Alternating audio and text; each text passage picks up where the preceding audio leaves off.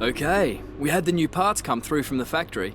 We'll get them on the car ahead of FP1. Hey, what's up guys, aarava here, and welcome back to the episode of my F1 2018 career mode, episode number 124 today for the Mexican Grand Prix in Season 6. If you guys did miss the previous one, then be sure to go check that one out before you see this one. But heading to this episode then, we finally have that ultimate rear downforce upgrade on the car, and also 2 reliability updates. Weather forecast is again for some rain at the start of the race, and then potentially dry at the end, so we might have a repeat of what happened last episode, where it's going to be maybe wet to dry, maybe not in the same exact way, because it looks like there might not be heavy rain at the very beginning, but nonetheless, we might have a bit of a tricky start and maybe an easier end to the Grand Prix. We'll have to see. But going into this one, then you can see how much that ultimate upgrade takes us closer back to Renault then. But you can see now, with only 2 episodes left after this one, we'll never be able to catch Renault basically on paper, so they will remain on paper the best team on the grid. But of course, we have been doing some damage there, and we've been, working very cleverly as a team, together to get, 2 1-2s in a row. We got Japan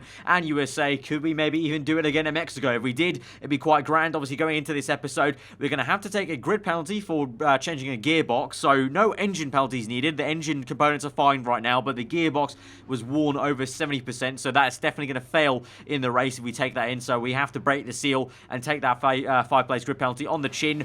But that's what it is. We go out there and do the best job we can. At least it's only 5 places, not 10 like the Japanese Grand Prix was. But yeah, I was about to say, going into this one then, after last episode, after the 1-2 at Japan and USA, which swapped around, obviously Verstappen won Japan, I won USA, we go into this now at deadlock once again, me and Verstappen on the same points in the championship. So this is an important one, because whoever comes out on top obviously gets the lead of the championship, depending on where Carlos Sainz comes in. So we get through Q1, that's a formality, and Q2 hopefully is going to be the same thing. Obviously ultra soft tyres used here today, and obviously the cars have gone some way, so the tyre wear isn't that bad, so I'm not going to try anything clever by qualifying on the ultras. And of course, anyway, we don't need to, because on Sunday there is going to be some rain at the start, so it doesn't really matter what tyre we qualify in on Q2. We'll have a free choice of, obviously the inters in the race, and we don't have to bother about the tyre rules coming into effect. So Q2, making into Q3, the 2 Renaults looking pretty good though, in 1 and 2 there. Myself and Verstappen though, quite well matched, so at least that's one thing. That it seems like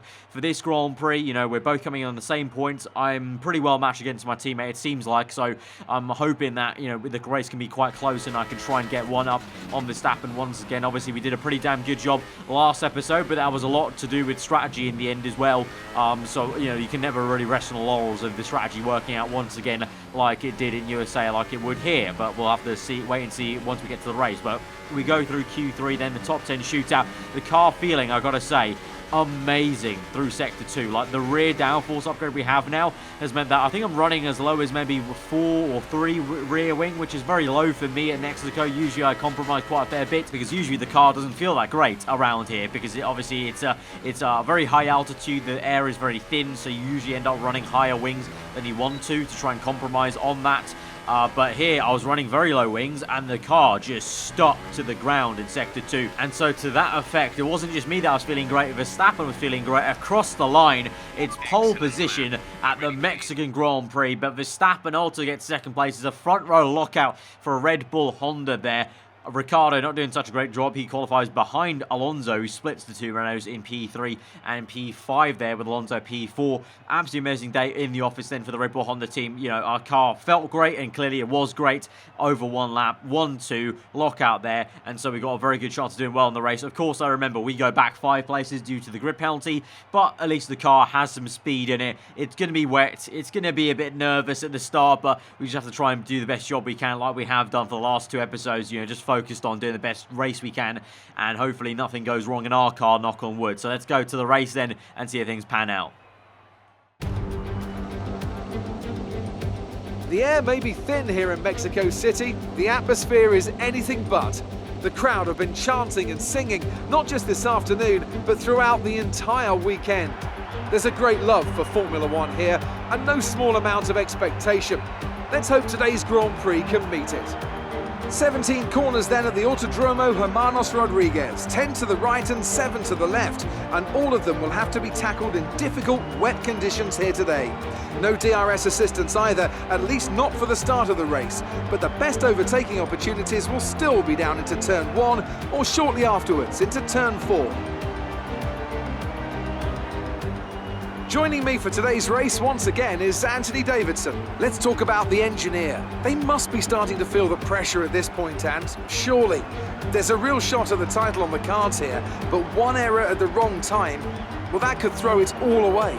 Of course, there's never a good time to make mistakes, but it will feel 10 times worse if it happens at such a critical point of the season. Let's hope this contest is settled where it should be, on track, wheel to wheel. So let's have a look at the starting grid then ahead of the Mexican Grand Prix for Season 6 of the F1 2018 Career Mode. And obviously an inherited pole position there for Max Verstappen and the Red Bull Honda alongside Carlos Sainz elevated to P2. So two of the championship contenders on the front row. Fernando Alonso in P3 with Pierre Gasly in P4. Myself down in P5 with the gearbox penalty alongside Lewis Hamilton. Leclerc Ocon next with Sergio Perez and Hartley rounding out the top 10. With Hulkenberg and Van Dorn next with Vettel and Bottas alongside each other. Ricciardo down P15 with a grid penalty with Kevin Magnussen P16. Raikkonen 17th, with Lance Stroll 18th, with Sergei Sorokin and Romain Grosjean running out the grid for a rather soaked Mexican Grand Prix.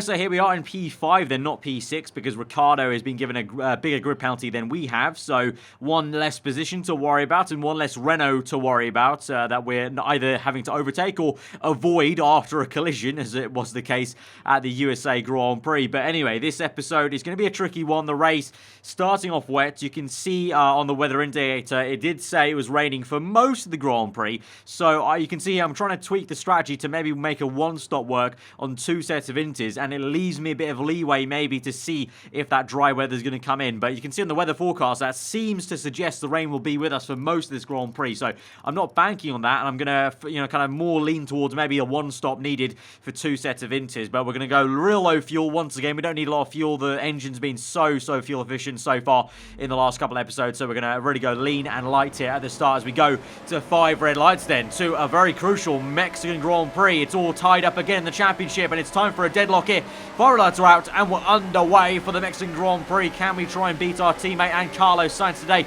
Let's see. Into turn 1's going to be very blind. You can see the amount of spray coming off, and Hamilton, unfortunately, not giving me an option to go down the inside there. Gasly trying to get a slipstream off Carlos Sainz and goes very aggressive and forces Alonso a little bit wide, and I have to take evasive action there and go very wide indeed into turn 1. Turn 2 gets squeezed out by Alonso, and we only just about survive and stay in P6 ahead of Esteban Ocon then.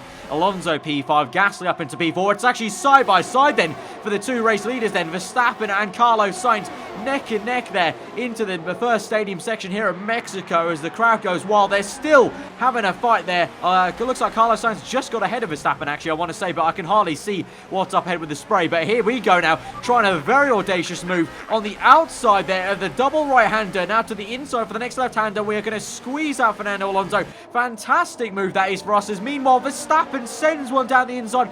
These two are still neck and neck through their section, but Carlos Sainz is going to come out on top. So once again, Sainz makes a dive bomb from P2 and is able to get the race lead at the very beginning of a wet race here. He did it last episode on Dan Ricciardo, a bit controversially, but he did it, and this time he's done it on Max Verstappen, who's down to second place now as I'm in P5, chasing after Gasly. In third place is Nico Hulkenberg in the first of the Mercedes cars. They're doing a great job compared to Lewis Hamilton, who is a little bit down the order. So now it's all about trying to chase after Gasly, but Sainz sets the fast lap of the Grand Prix, and now we try and settle down and try and just get in a rhythm. Like we said at USA, try and learn the track where I can, put the power down a bit earlier, try and sense how late I can brake. At the moment in these first few laps, I always admit, I'm very nervous and cautious on the braking because I'm not fully, confident yet on where I can brake, but slowly but surely we'll hopefully get that confidence. You can see we already had a bit of a go on Gasly, more so because I kind of locked up a little bit and went a little bit wide, but we'll eventually find our rhythm. But this is a replay then of that big dive bomb. Again, it really is a big dive bomb there from Carlos Sainz. I think he also got tapped on the rear end. But then let's look at this battle then. So let's stay on board. It's great scrap here. You can see, the Renault actually gets some great acceleration there. So the Renault clearly still has some sort of power advantage to us, even though we've literally maxed out our engine power upgrades on the Honda engine. The Renault is working really well, but a really great scrap there. Verstappen still kept his nose in there. I think he's still at this point on the outside, just like I was trying on Fernando Alonso there. And then he gets the traction down, and he's going to be on the inside. And like we saw, obviously, eventually in that S section, Sainz gets the race lead. But this was the start again from Gasly's perspective, and he definitely tapped Carlos Sainz a little bit. So I don't know, maybe Gasly's little push there kind of helped the dive bomb for the Spaniard. But then this was him fighting along. Actually, it wasn't my bad then. It wasn't him fighting Hulkenberg. It was him fighting chasing Hamilton the entire time. So Hulkenberg was the Mercedes down the order, and so I must have missed that down the inside, I think, because obviously Hamilton squeezed us and stopped us from taking the inside line for turn 1. So clearly Hamilton was the one that kind of snuck through down the inside of Gasly. So that's really annoying, actually. If I was able to take that inside line that I couldn't take because of Hamilton, I might have been right up there already in P3. Instead, I'm P5, chasing off to P4. Pierre Gasly, you can see we're getting very close. And like I said in USA, the natural downforce of the Red Bull chassis is kicking in a little bit there and finding some confidence, getting on the power a little bit earlier, and also just taking these lines a little bit better than Gasly here as we now go to the second stadium section. There's a lot of stadium sections at Mexico, but we're flying by now to the right-hander, nice and easy, chuck it in, try and avoid as much of the bump as we can on the inside, and then a very awkward and tight line. Even in the dry it's awkward enough, but in the wet it's even more awkward in second and third gear. Then trying to get the power down as we go for this slingshot move on the last corner here, and we're actually close enough that maybe just about we might have enough power to get past Gasly here. He's a little bit slow on traction there.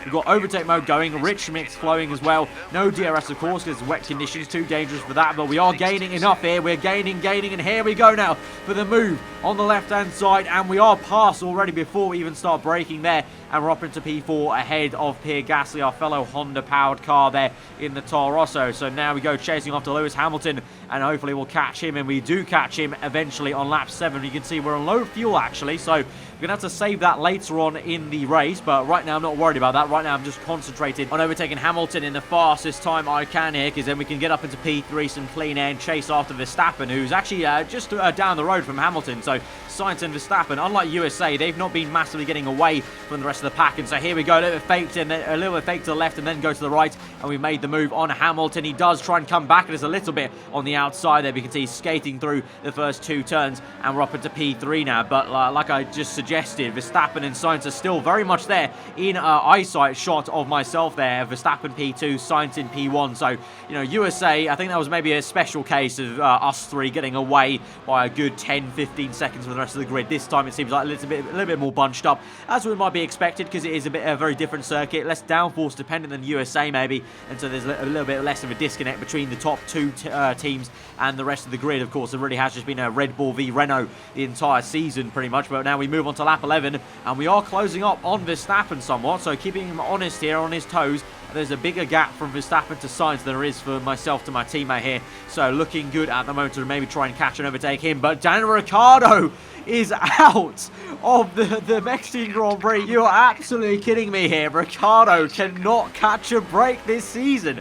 He left Red Bull this season to join Renault to get away from reliability issues. I think he's gotten worse reliability issues at Renault, to be honest here. So strange. His car's actually parked up here on the left-hander, is ghosting there, so Verstappen and Sainz, they're quite lucky they ghosted because they go right through his car, and so a very odd situation. I'm guessing probably an engine failure for him, and he's parked it up in a very odd, unsafe place, and actually I'm surprised the safety car hasn't come out for that, but that's, we're going to look at a replay and see. So there we go, yeah, it is an engine failure, so it's tough to see with the spray of the water, but that is an engine failure, and smoke coming out of his car, so he parks up in the middle there, and then, oh, the Toro Rosso comes through and smashes off his rear front tyre, and so that's why he's parked up there and ghosting. His rear front tyre's gone, and then Vettel comes through and hits the Toro Rosso, who's backwards at that turn, and then Vettel tries to come through, and Vettel spun it round. Vettel's made a mistake there. He's dropped the acceleration too much there. He put on the power way too early to the right-hander, and he's spun,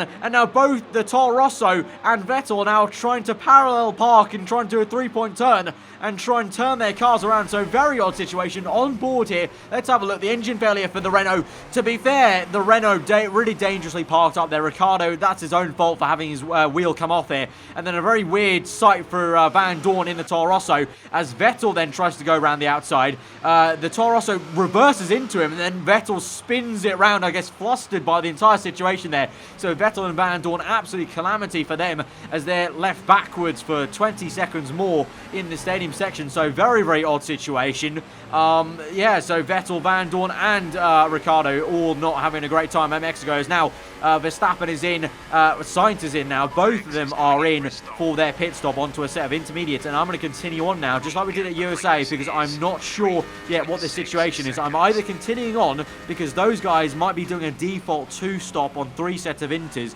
so I'm going to continue on, and at this stage of the Grand Prix I was planning on doing a 1-stop on another set of inters tyres, because at the moment there's been no radio radio calls of the track getting drier. But as I went through lap 17, the track did look visually a lot drier, and so I was just waiting for any kind of radio call. This is the one we got in the end. I don't think the line is really dry enough yet to start thinking about slicks. Let's hold on to the inters for a while longer.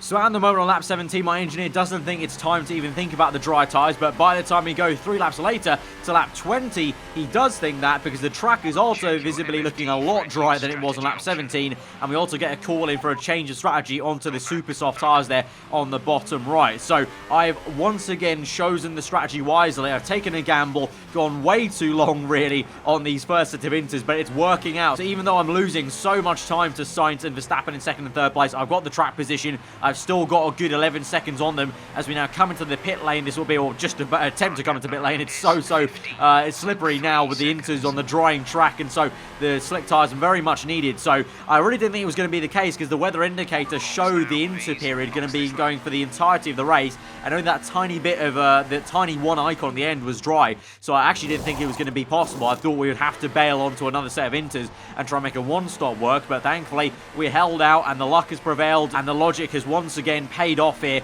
of just risking it, staying out here, may as well, and we made it work. So we come out now on super soft tyres in the effective race lead once again, with Sainz and Verstappen pitting behind us there. It's still very slippery actually though, to be fair, on the track. We could have maybe gone one more lap on inters, because it's not actually fully completely ready yet for the super softs. You can see there going really wide at turn 1, and the sheen on the track is still very much there, and there's no real dark racing line forming quite yet. But obviously F1 cars are pretty much like hoovers, I think, as Martin Brundle said quite a few times on the commentary in real life there. So they just kind of suck up the water and try and chuck it up in the air, and so slowly but surely this track will dry up, and hopefully the sun also comes out here. But at the moment, just taking it nice and easy and trying not to put it in a wall here, and trying to survive and keep this nice lead we have, and hopefully Verstappen can do the same in P3, because if we both come home like this, I haven't mentioned it so far in this episode, but this race is actually quite crucial for the team, because if we do well enough here at this Grand Prix's end, we could seal the Constructors' Championship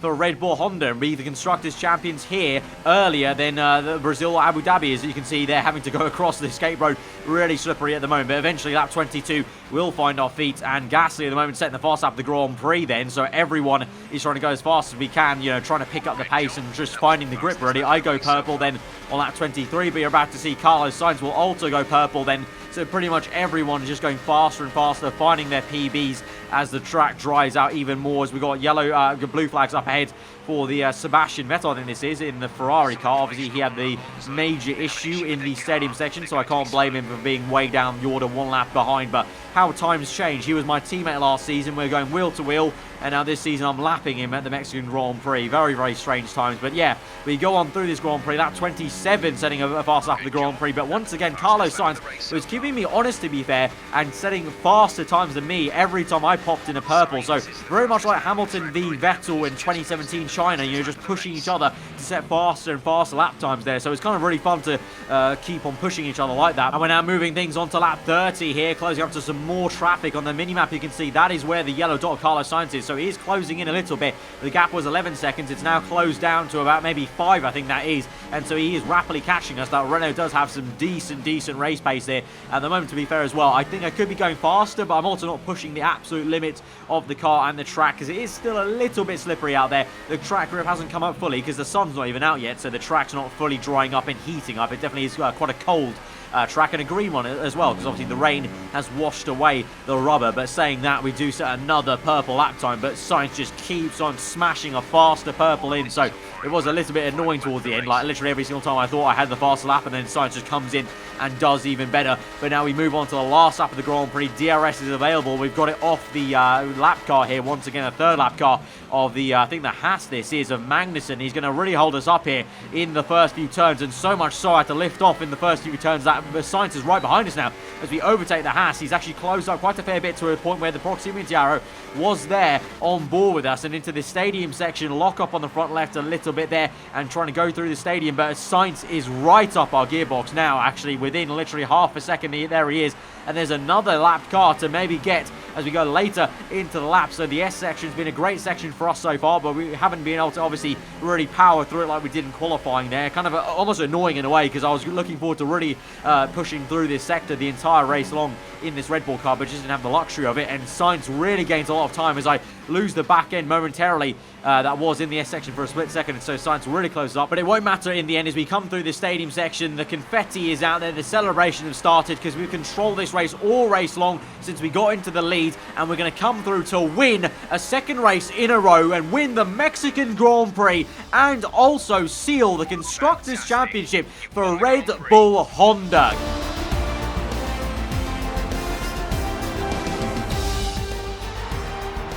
So another fantastic victory for Red Bull today. So Ant, how exactly did they set themselves apart from the pack today? Well, I'd say it's just raw pace, plain and simple. I mean, we could sit here and talk about strategy all day, the overtaking, looking after the tyres, but at the end of it all, if you want to win, you need a package that's got the speed over everyone else, and that's exactly what they had today. And I can see now the drivers are making their way out.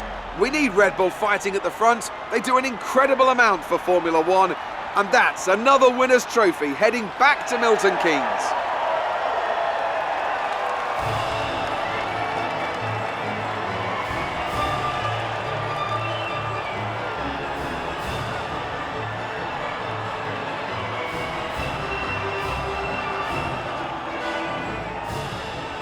So a second win in a row from the USA Grand Prix to the Mexican Grand Prix, and also the win of the Constructors' Championship for Red Bull Honda. I am so happy and proud of this team. We've really pushed it this season. We've had our ups and downs with reliability, but we've done it. You know, we've shown that our mantra of having a fast car and a brittle one has worked out. It's been a great first year of this partnership of Honda and Red Bull Racing there. Obviously, myself and Max have really pushed each other to the point where we're only 10 points separated now in the championship going into the last 2 rounds. So it's been a really enthralling championship in both senses, and we still have to finish off the drivers with 2 races to go. It's still all to play for. I mean, Sainz is still well within a chance of getting this championship if we're not careful, so we do need to be you know, a little bit cautious of that. Brazil's going to be a tough one, I think, and then Abu Dhabi, you just never know what's going to happen there with the tyre wear, the strategy, traffic, whatnot. But this was a really great Grand Prix for us, and I'm so happy to have sealed the championship for Red Bull Honda. And also on top of that, we talked about stopping Verstappen's momentum. We're now building up our own momentum with 2 wins on the trot. So